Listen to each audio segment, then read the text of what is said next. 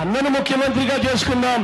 అన్న ముఖ్యమంత్రి అయిన తర్వాత మన పిల్లలను ఇంజనీర్లుగాను, డాక్టర్లుగాను, కలెక్టర్ వంటి పెద్ద పెద్ద చదువులు అన్న ఎన్ని. నానా ఇదిగో నీ ఓటర్ కార్డ్, పద ఓటేసొద్దాం. నీకు ఇంకా టైం ఉంది లేరా.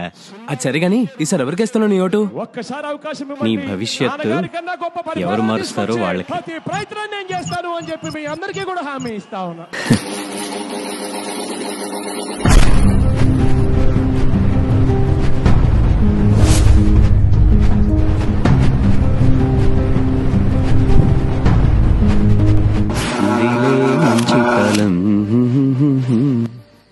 ఏంటమ్మా ఫ్యాన్ ఆపేసావు?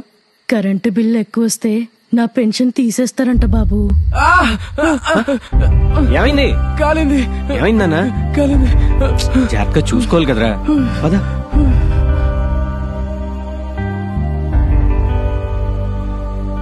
నానా నా ఈసారి ఓటు పెన్షన్ ఎవరికేసావు? పోయింది బాబు, నా ఎవరికి భవిష్యత్తు చెప్పాలి? గురించి ఆలోచించి వేశానన్నా కదా. బాకీ ఉంది. బాగా అనిపించిందా? నువ్వు నానా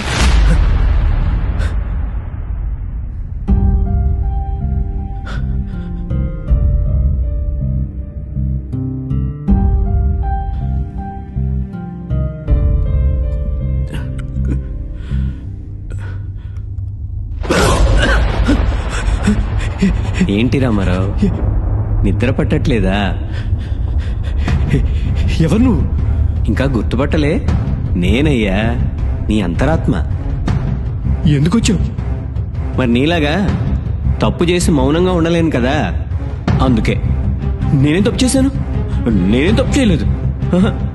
అబ్బచ్చా, నువ్వేం చేయలేదా? నీ ఒక్కడి ఓటు వల్ల లక్షలాది జీవితాలు రోడ్డున పడ్డాయి. నా ఒక్క ఓటు వల్ల అలా ఏం జరగదు. మచ్చుకి నీకు ఉదాహరణ చూపిస్తాను, నువ్వే చూడు. ఒక పచ్చటి పల్లెటూరులో ఒక చిన్న ఇంట్లో ఒక అక్క తమ్ముడు ఉండేవారు. అక్క ఇంజనీర్ చదివి జాబ్ ట్రయల్స్లో ఉంది. తమ్ముడు డిగ్రీ ఫైనల్ ఇయర్ చదువుతున్నాడు. వాళ్ళ ఇంటి పక్కన ప్రభుత్వ భూమి ఒక ఖాళీ స్థలం ఉంది. అప్పుడే అధికారంలోకి వచ్చిన ప్రభుత్వం ఆ స్థలంలో ఒక పెద్ద భవనం నిర్మించాలని శ్రీకారం చుట్టింది. భవన విస్తరణ కోసం ఆ పక్కనే నివసిస్తున్న ఆ అక్కని తమ్ముడిని దౌర్జన్యంగా ఖాళీ చేయించారు. ఒక్క రోజులో నోటీస్ ఇచ్చి దిక్కున చోట చెప్పుకోండి పోండి అని తన్ని బయటకు గెంటేశారు. ప్రభుత్వం మీద కేసు నమోదు చేశారు. దాంతో అక్కడి ప్రభుత్వ లోకల్ లీడర్స్ అక్కని బెదిరించడానికి డిగ్రీ చదువుతున్న తమ్ముడిని కిడ్నాప్ చేసి చెరుకు తోటలోకి తీసుకెళ్లి నిర్దాక్షిణ్యంగా అమానుషంగా తగలబెట్టారు. నీ కొడుక్కి చిన్న గాయమైతేనే అంత తలడెళ్ళిపోయావే, అలాంటిది నీ కొడుకీడు కుర్రాన్ని బతికుండంగా తగిలెట్టేశారు. మాట్లాడితే నా కొడుకు భవిష్యత్తు, నా కొడుకు భవిష్యత్తు అంటావు కదా, అది ఎలా ఉంటుందో చూస్తావా? మనం నివసిస్తున్న స్ట్రీట్లోనే 10 మంది నిరుద్యోగులు ఉన్నారు. మన గ్రామాన్ని తీసుకుంటే 100లో నిరుద్యోగులు ఉన్నారు. అదే జిల్లా వారీగా తీసుకుంటే కొన్ని వేలలో నిరుద్యోగులు ఉన్నారు. పదవి పేరు చెప్పి 5 ఏళ్లకు మన ప్రభుత్వం ఇచ్చేది 5 లక్షల ఉద్యోగాలు. అవి కూడా అరాకొరా చదువు తగ్గ అర్హత లేనివి. ఈ లెక్కను చూసుకుంటే నీ కొడుకు భవిష్యత్తు ఓ 5-6 వేలకి తాకట్టు పెట్టేసినట్టే. మార్పు అనేది మనలో నుండి రావాలి.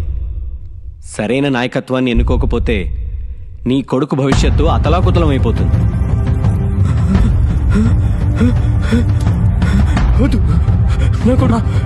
భవిష్యత్తు నానా ఏమైంది? ఎక్కలేదు కదా.